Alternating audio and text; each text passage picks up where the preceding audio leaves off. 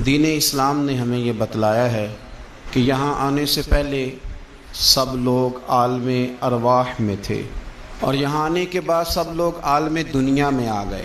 اس کے بعد جو آخری جہان ہے وہ عالم آخرت ہے، لیکن عالم دنیا اور عالم آخرت کے بیچ جو جگہ ہے اسے عالم برزخ کہا جاتا ہے۔ برزخ کا معنی تو پردے اور آڑ کے ہوتے ہیں، لیکن برزخ اس زندگی کو کہتے ہیں جو مرنے سے شروع ہو جاتی ہے اور قیامت کے قائم ہونے تک وہ زندگی انسان کے ساتھ رہتی ہے، اسے عالم برزخ کہا جاتا ہے۔ اسی کو قبر کی زندگی کہا جاتا ہے۔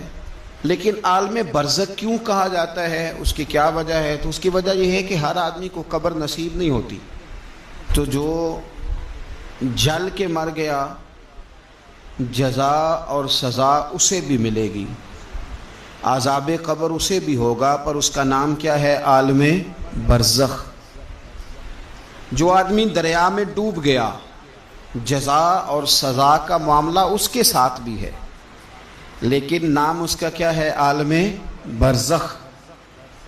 نبی کریم صلی اللہ تعالی علیہ وسلم ارشاد فرمانے لگے، حضور فرماتے ہیں کہ ایک شخص نے وصیت کی تھی کہ جب میں مر جاؤں تو مجھے بڑا ڈر آتا ہے، میں اللہ کے حضور کس طرح کھڑا ہوں گا۔ اپنی اولاد سے کہنے لگا کہ اس طرح کرنا کہ میری لاش کو جلا دینا، پھر میری راکھ کو ہواؤں میں اڑا دینا، میں اپنے رب کریم کے سامنے کھڑا نہیں ہو سکتا۔ اس کے بچوں نے اسی طرح کیا۔ تو حضور صلی اللہ علیہ وسلم فرماتے ہیں پھر اللہ نے زمین کے ذروں کو حکم دیا اور زمین نے سارے ذرے اکٹھے کیے، پھر رب نے اسے زندگی دی اور پھر پوچھا یہ تو نے وصیت کیوں کی تھی؟ تو اس کرتا ہے اللہ میں تیرے سامنے کھڑا نہیں ہو سکتا تھا، مجھے اپنے اعمال کا پتہ تھا، جے ویکھاں میں عملاں والے تے پھر تے کچھ نہیں نا میرے پلے، تو میں ڈرتا تھا کہ کیا بنے گا۔ تو رب فرمائے گا فرشتوں میرا بندہ سچ کہتا ہے، اسے میرے فضل سے جنت عطا کر دو۔ تو اللہ ذروں کو بھی جمع کرے گا، ہواؤں میں، خشکیوں میں، سمندروں میں، مرنے کے بعد انسان جہاں بھی ہوگا اسے جزا اور سزا کا معاملہ وہاں ملے گا۔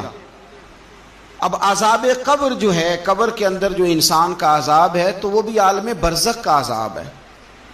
میرے رسول کریم صلی اللہ تعالی علیہ وسلم نے نا کچھ چیزوں سے پناہ مانگی ہے، خود حضور نے، خود نبی پاک صلی اللہ علیہ وسلم رسول کریم علیہ السلام نے پناہ مانگی۔ حضور فرمانے لگے اللہ مجھے کنجوسی سے، بخیلی سے پناہ عطا فرما، اور حضور نے باقاعدہ پناہ مانگی ہے کہ اے اللہ مجھے ارذل العمر ہونے سے پناہ میں رکھ، جب عمر اتنی زیادہ ہو جائے کہ وجود کے حصے کام کرنا چھوڑ جائیں، اس سے پناہ مانگی۔ اور خود میرے نبی پاک علیہ السلام نے قبر کے عذاب سے پناہ مانگی۔ یہ تعلیم امت کے لیے کہ تم بھی پناہ مانگو عذاب قبر سے۔ قبر کا عذاب برحق ہے، قبر کے لیے تیاری کر کے رکھنا، اپنی قبر کو یاد رکھنا، مر جانے کو یاد رکھنا۔ حضرت سعد بن معاذ رضی اللہ تعالیٰ عنہ کا جب جنازہ تھا تو صحابہ کرام فرماتے ہیں حضور نے نماز جنازہ کی امامت فرمائی تو قبر کے تیار ہونے میں کچھ دیر تھی، تو رسول کریم صلی اللہ علیہ وسلم زمین پر بیٹھ گئے اور ایک لکڑی سے حضور زمین کریدنے لگے، لکڑی سے۔ ہم وہ انتظار تھے کہ اللہ کے رسول صلی اللہ علیہ وسلم سر مبارک اٹھائیں، ہمیں کو نصیحت کریں۔ فرماتے حضور نے سر اقدس اٹھایا تو حضور کی آنکھوں میں آنسو تھے، اور رو کے حضور فرمانے لگے، رو کے کہ اس قبر کے عذاب سے رب کی پناہ مانگو اور اس کے لیے تیاری کر لو، یہ بڑا سخت دن ہے۔ رو کے حضور نے فرمایا، رو کے۔ آج تو لوگ مذاق بناتے ہیں، آج لوگ مذاق اڑاتے ہیں، کچھ فقیر صوفی درویش کہلانے والے بھی، وہ کہتے ہیں یہ جو مولوی بتا رہے ہیں نا قبر میں بچھو ہوں گے، سانپ ہوں گے، یہ تو مولوی اپنی قبر بتا رہا ہے، ہمارا اس سے کیا لینا دینا ہے۔ خدا سے ڈریں۔ وہ چیزیں جو احادیث مبارکہ میں آ گئیں جس سے نبی پاک نے ہمیں سمجھایا، آپ اس تنبیہ کو، اس نصیحت کو آپ اس رنگ میں لیں گے کہ مذاق بنایا جائے گا دین کا؟ بجائے اس کے کہ اس سے ڈرا جائے، بجائے اس سے۔ حضرت سیدنا برا بن عازب رضی اللہ تعالیٰ عنہ ارشاد فرماتے ہیں کہ میں نے نبی پاک صلی اللہ تعالیٰ علیہ وآلہ وسلم سے خود اس بات کو سنا ہے، خود رسول کریم صلی اللہ علیہ وسلم نے فرمایا۔ حضرت زید بن ثابت رضی اللہ تعالیٰ عنہ بھی اس بات کے راوی ہیں، فرماتے ہیں ہم جا رہے تھے تو 5-6 قبریں تھی، تو حضور نے فرمایا کن کی قبریں؟ تو ہم نے عرض کی یا رسول اللہ صلی اللہ علیہ وسلم یہ کافروں کی قبریں، یہ صحیح مسلم میں حدیث موجود ہے، کفار کی قبریں۔ تو اللہ کے رسول صلی اللہ علیہ وسلم فرمانے لگے، ذرا حدیث کے لفظوں پہ غور کرنا، حضور فرمانے لگے اگر مجھے ڈر نہ ہوتا کہ تم اپنے مردوں کو دفن کرنا چھوڑ دو گے، اگر مجھے اس بات کا ڈر نہ ہوتا کہ تم اپنے لوگوں کو، مرنے والوں کو قبروں میں دفن کرنا چھوڑ دو گے، اگر یہ مجھے ڈر نہ ہوتا تو میں تمہیں سناتا کہ قبر کے اندر کس طرح عذاب ہوتا ہے، تمہیں دنیا میں رہ کے میں سناتا، پر ڈر ہے کہ کہیں تم اپنے مرنے والوں کو قبروں میں دفن کرنا چھوڑ ہی نہ دو، اس لیے میں تمہیں یہ بات نہیں بتاتا۔ اور میرے رسول کریم صلی اللہ تعالیٰ علیہ وآلہ وسلم نے پھر ارشاد فرمایا، اپنے غلاموں کی طرف نظر فرمائی، یہ بات کہہ کے کہ اگر مجھے ڈر نہ ہوتا کہ تم دفن کرنا چھوڑ دو گے تو تمہیں میں سنا دیتا کہ قبر میں کیا عذاب ہوتا ہے۔ پھر حضور نے صحابہ سے فرمایا چلو بھائی دوزخ کے عذاب سے اللہ کی پناہ مانگو، تو سب کہنے لگے ہم دوزخ کے عذاب سے اللہ کی پناہ مانگتے ہیں۔ پھر نبی پاک صلی اللہ تعالیٰ علیہ وسلم نے ارشاد فرمایا تم سب کہو کہ ہم قبر کے عذاب سے اللہ کی پناہ مانگتے ہیں۔ تو صحابہ نے کہا ہم قبر کے عذاب سے اللہ کی پناہ مانگتے ہیں۔ پھر میرے رسول پاک علیہ الصلوۃ والسلام نے فرمایا تم کہو، سارے یہ کہو کہ ہم ظاہری اور باطنی فتنوں سے اللہ کی پناہ مانگتے ہیں۔ تو صحابہ نے کہا کہ ہم ظاہری اور باطنی فتنوں سے اللہ کی پناہ مانگتے ہیں۔ پھر میرے محبوب علیہ السلام نے فرمایا تم کہو کہ ہم دجال کے فتنے سے اللہ کی پناہ مانگتے ہیں۔ تو صحابہ کرام نے کہا کہ اے اللہ ہم دجال کے فتنے سے تیری پناہ میں آتے ہیں۔ نبی پاک علیہ السلام نے یہ الفاظ کہہ کے یہ بات بتلا کے ہمیں سمجھا دیا، ہمیں قائل فرمایا محبوب نے کہ یاد رکھنا، اس بات کو اچھی طرح سمجھ لینا کہ اگر مجھے ڈر نہ ہوتا کہ تم اپنے مردوں کو دفن کرنا چھوڑ دو گے تو تمہیں بتلا دیتا کہ قبر میں کتنا سخت عذاب ہوتا ہے۔ اپنے معاملات پر غور کریں۔ ہمارا وہ کسی شاعر نے کہا تھا کہ مرنے کے بعد مجھ کو 2 گز زمین جو ملی تو دیکھو بعد مرنے کے ہی ہم جاگیردار ہو گئے۔ تو اصل تو جاگیر وہی ہے اور طے ہے، اتنا مرضی اے سی لگا کے کمرہ ٹھنڈا کر لیں، ٹائل پتھر لگا کے اس کو آپ صاف ستھرا کر لیں، اور آپ اٹھنے کی بھی تکلیف نہ کریں، ریموٹ کنٹرول کے ساتھ ہر چیز اپنے کمرے کی آپ کنٹرول کر لیں، پورا ہوادار کر لیں، لیکن آپ بچیں گے تب نہ جب قبر جنت کے باغوں میں سے باغ بنے گی۔ اگر وہ جنت کے باغوں میں سے باغ نہیں بنتی تو پھر فائدہ نہیں ہے۔ میرے رسول کریم صلی اللہ تعالیٰ علیہ وآلہ وسلم کے پیارے صحابی حضرت عثمان غنی رضی اللہ تعالیٰ عنہ فرماتے ہیں، یہ سنن ابو داؤد شریف کی حدیث ہے کہ حضور نے فرمایا جب میت کو دفن کر کے فارغ ہو جاؤ تو اس کی قبر پر کھڑے رہو۔ خود حضور بھی قبر پر کھڑے رہتے دفن کرنے کے بعد، اور فرماتے اس کے ثابت قدم رہنے کی دعا کرو، اس لیے کہ اب اس سے سوال و جواب ہوں گے، اب فرشتے اس کی قبر میں آئیں گے، اب اس سے پوچھیں گے، اب اس کے ساتھ وہ امتحان ہوگا، تو اس کے لیے دعا کرو، قبر پہ کھڑے ہو کے دعا مانگو۔ ایک حدیث میں فرمایا کہ اتنی دیر دعا مانگو کہ جتنی دیر اونٹ ذبح کر کے کھال اتار کے گوشت بنا کے، اونٹ ذبح کرنا سب سے زیادہ مشکل ہے، اونٹ ذبح کر کے کھال اتار کے گوشت بنا کے بانٹ دیتے ہو، اتنی دیر مرنے والے کی قبر پہ کھڑے رہ کے دعا مانگا کرو، کیونکہ اب فرشتے آئیں گے، سوال و جواب ہوگا۔ تو عذاب قبر، مصنف عبد الرزاق میں حدیث ہے کہ ایک بندے کو صرف ایک کوڑا مارا گیا تھا قبر میں، ایک کوڑا، ایک درہ، تو اس کی ساری قبر میں آگ بھڑک اٹھی تھی۔ تو پوچھتا ہے کہ یہ ایک کوڑا مجھے کیوں مارا گیا؟ تو انہوں نے کہا ایک وجہ تو یہ تھی کہ تو پاکی پلیدی کا خیال نہیں کرتا تھا، اور دوسری وجہ یہ تھی کہ ایک دفعہ ایک مظلوم نے تجھ سے کہا تھا میری مدد کر، اور تو مدد کرنے پہ قادر تھا، تیرے اندر ہمت تھی، پر تو اس کی مدد کے لیے تیار نہیں ہوا. وہ ہمارا مشہور فکر ہے نا کہ سانو کی لگے, پرائی لڑائی پرائی آگ نو اسی گھر کیوں لے آئیے. تو وہ جو ہمارا خاص معاملہ ہے نا کہ کسی کی مدد نہیں کرنی, وہ ہمیں خراب کرتی ہے, وہ ہمیں خراب کرتی ہے, ہمارے حالات بگڑ جاتے ہیں. ہم مدد کرنے پہ قادر ہوتے ہیں پر کسی مظلوم کی مدد, ایک کوڑا لگا تو پوری قبر میں آگ بھڑک اٹھی. عذاب قبر سے اللہ کی پناہ مانگی جائے, ڈرا جائے, اور آخرت کے لیے قبر کے لیے تیار. قرآن مجید نے کہا وَإِذَا الْقُبُورُ بُعْثِرَتْ, جب قبریں کریدی جائیں گی نا تو عَلِمَتْ نَفْسٌ مَا قَدَّمَتْ وَأَخَّرَتْ, پھر ہر جان لے گی کہ اس نے آگے کیا بھیجا اور پیچھے کیا چھوڑا. میرے عزیز, اپنی قبر کے لیے, اپنی آخرت کے لیے فکر کریں, تیاری کریں. مولا رومی ایک بڑی خوبصورت مثال دیتے ہیں اور بڑے شاندار انداز میں بات سمجھاتے ہیں.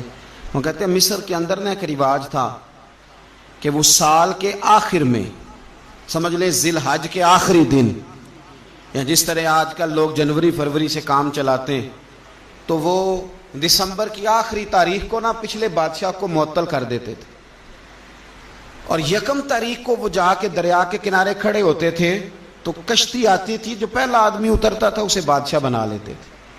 پورا سال اس کی بات مانتے, اور سال کے آخر میں جا کے پھر اس کو جنگل میں, جہاں جنگل میں درندے تھے, جھاڑیاں تھیں, خوفناک جگہ تھی, وہاں جا کے چھوڑ آتے تھے. درندے اسے پھاڑ ڈالتے. تو ایک سال ایک دانشمند آدمی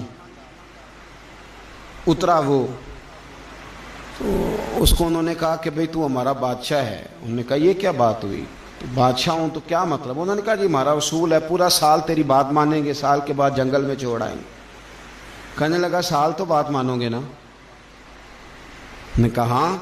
کہنے لگا اچھا پھر سب سے پہلے مجھے وہ جنگل دکھاؤ جس میں تم نے آخر میں چھوڑ کے آنا ہے. پہلے مکان کے پہلے سوسائٹی میں گھر کے پہلے قبرستان کی طرف حاضری. قرآن پاک کی جو ترتیب ہے نا موت و حیات کی, پتہ کس طرح, اللہ جی خلق الموت والحیات, وہ رب جس نے موت اور زندگی پیدا کی. قرآن زندگی کا ذکر بعد میں کرتا ہے, موت کا ذکر ہے. تو ملا رومی کہتے ہیں وہ آدمی کہنے لگا پہلے دکھاؤ نا کہاں سال کے بعد لے کے جاؤ گے. تو انہوں نے جا کے وہ جگہ دکھائی, اس جنگل میں سال کے بعد ہم نے آپ کو لے کے آ کے چھوڑنا ہے. تو کہنے لگا ختم ہو گئی بات, اسی جنگل میں چھوڑو گے نا, کوئی اور تو نہیں. کہا جی اسی میں چھوڑیں گے. کہنے لگا بالکل ٹھیک ہے. پہلا حکم تخت پہ بیٹھ کے اس نے یہ کیا کہ جنگل کے اندر جتنی خاردار جھاڑیاں ساری کاٹ دو. اس جنگل میں جہاں آخر میں جانا ہے وہ ساری جھاڑیاں کاٹ دیں. پھر کہنے لگا جتنے درندے ہیں نا جہاں وہ سارے مار دو. درندے مار دیے. کہنے لگا اب ہل چلاؤ, کیاریاں بناؤ, پھول لگاؤ, گلاب لگاؤ, چمبیلی لگاؤ, کرو اس کے اندر خوشبوئیں. وہ سارا سال وہ باغ کی تیاری کرتا رہا. سال کے بعد انہوں نے چارپائی پہ باندھا. جب اس باغ میں لے کے جا رہے تھے تو پرانے بادشاہ کہتے تھے نہیں میں نے نہیں جانا, چھوڑ دو, اتار دو, معاف کر دو. یہ پتہ کیا کہہ رہا تھا, کہہ رہا تھا عجلونی, ذرا جلدی کرو, ذرا جلدی کرو, جلدی کرو, مجھے لے جاؤ قبر میں اور جلدی سے مجھے وہاں چھوڑ کے آؤ جنگل میں. کیوں بھلا؟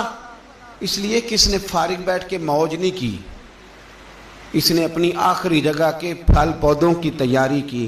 او میرے بھائی, ہمارے پاس پیسہ آتا ہے تو گاڑی نہیں آتی ہے.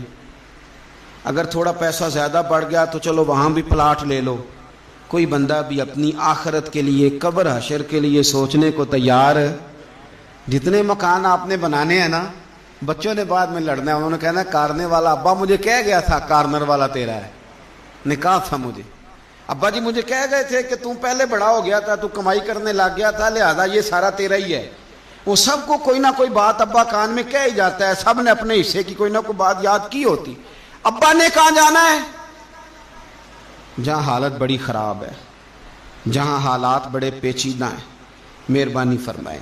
وہ جو تیاری ہے نا آخرت کی, یہاں رہ کے قبر کی تیاری کریں, یہاں رہ کے وہاں کے کیڑے مکوڑے ماریں, پھر وہاں جانے میں کوئی پریشانی نہیں ہوگی. پھر تو بندہ بھاگ کے جائے گا, بندہ بھاگ کے جائے گا.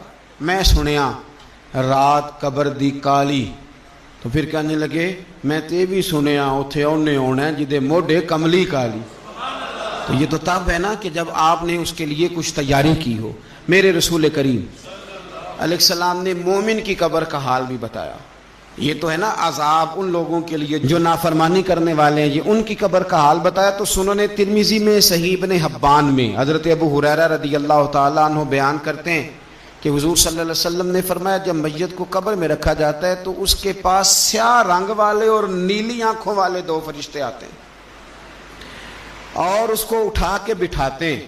باقی حدیثوں میں 3 ہی سوال ہیں، لیکن اس حدیث میں حضور نے فرمایا انہوں نے بس میرے بارے میں ہی پوچھنا ہے، اٹھا کے بس میرے بارے میں صرف یہ پوچھنا ہے، بتا مدینے والے محبوب کے بارے میں دنیا میں کیا کہا کرتا تھا، کیا کہا کرتا تھا ان کے بارے میں دنیا میں۔ تو اعلیٰ حضرت بریلوی تو کہتے ہیں، میں نے تو کہہ دینا ہے، سرور کہوں کہ مالک و مولا کہوں تجھے، باغ خلیل کا گل زیبا کہوں تجھے، تیرے تو وصف عید تناہی سے ہیں بری، حیران ہوں میرے شاہ میں کیا کیا کہوں تجھے، لیکن رضا نے ختم سخن اس پہ کر دیا، خالق کا بندہ خلق کا آقا کہوں تجھے۔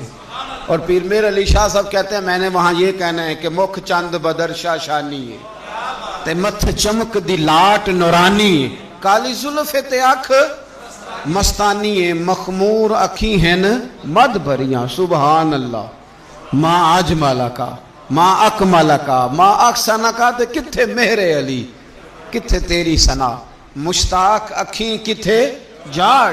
تو نبی پاک علیہ السلام فرماتے ہیں میرے بارے میں پوچھیں گے، میرے بارے میں۔ ویسے بھی ایک سوال لازمی ہوتا ہے نا، یہ والا سوال لازمی ہے، من ربو کا پوچھ کے نا تو جنت جہنم کا فیصلہ نہیں، ماں دینوں کا پوچھ کے جنت جہنم کا فیصلہ۔ ہاں بات اگر ختم ہونی ہے تو مدینے والے کے سوال پہ ختم ہونی، اس لیے کھل کے نعتیں پڑھا کرو، راج کے درود پڑھا کرو، یہ بات یاد رکھیں، یہ فیصلہ حضور کی ذات پہ ختم ہونا ہے۔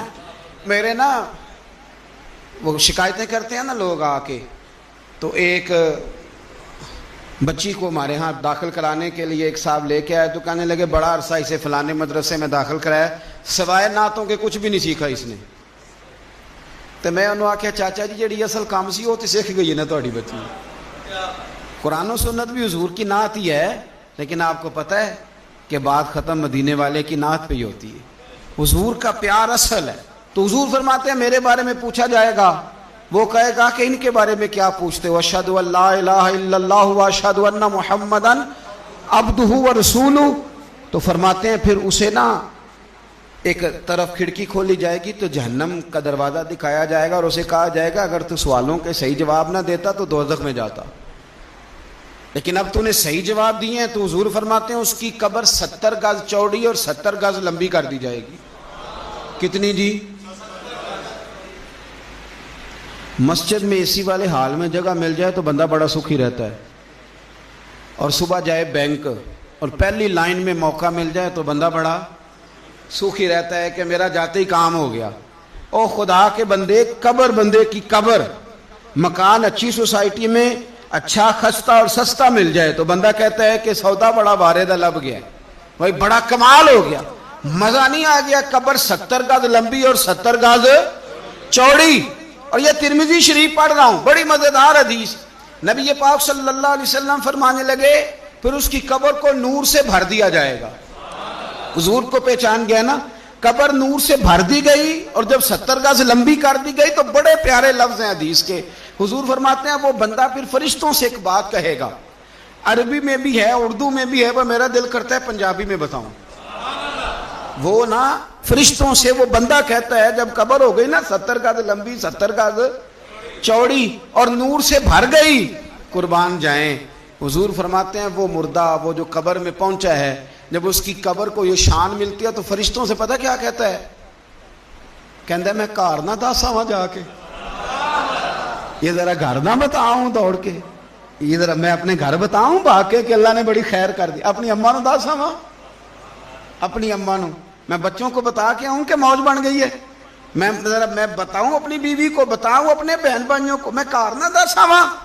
قربان جائیں میرے رسول کریم علیہ السلام فرماتے ہیں فرشتے اس سے کہتے ہیں نہیں تو کسی کو نہ بتا، نم کا نومت العروس، تو اس طرح سو جا جس طرح پہلی رات کی دلہن سویا کرتی، وہ بڑے چاؤں میں سوتی ہے، وہ بڑے پریم میں سوتی ہے، نئی زندگی کا آغاز ہوتا ہے تو سوتی ہے، اور فرشتے کہتے ہیں اب تجھے وہی آ کے جگائے گا جو تیرے اہل میں تجھے سب سے زیادہ محبوب ہوگا، جو تجھے سب سے زیادہ محبوب ہوگا۔ میرا تو ایمان ہے کہ ہمیں تو قبر سے آ کے جگائیں گے بھی مدینے والے رسول، کہیں گے آؤ غلاموں چلیں، آؤ غلاموں۔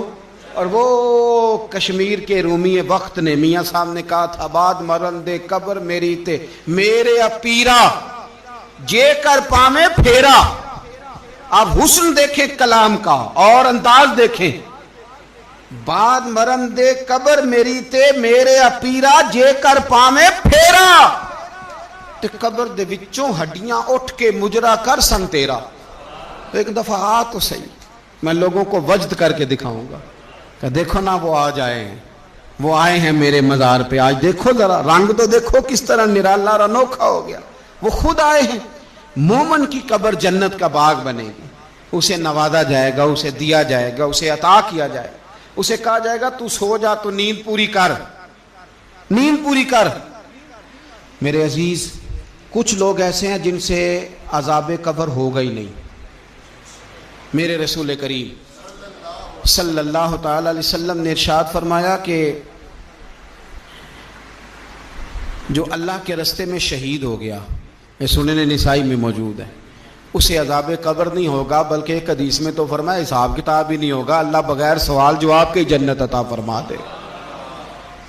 کچھ لوگوں کو نا لوگوں کی بخشش پہ بھی مسئلہ ہی بنتا ہے کہ کوئی بخشا نہ جائے۔ اور ایک صاحب کہہ رہے تھے جی یہ کیا معاملہ ہے کہ جمعے کو بندہ مر گیا یا فلانا ہو گیا تو اس سے حساب کتاب نہیں ہوگا، اتنے اتنے بڑے جرم لوگوں نے کتنے اتنے پاپ، اور جمعے کو مر گیا تو بخشا جائے گا۔ تو میں نے کہا جرموں کا بھی اسے حساب اللہ لے لے گا، لیکن میاں حساب کتاب کی ڈیوٹی نہ اللہ کی ہے تو بہتر یہ ہے کہ اسی کے ہاتھ میں رہے، تو نہ اپنے ہاتھ میں لینے کی کوشش کر۔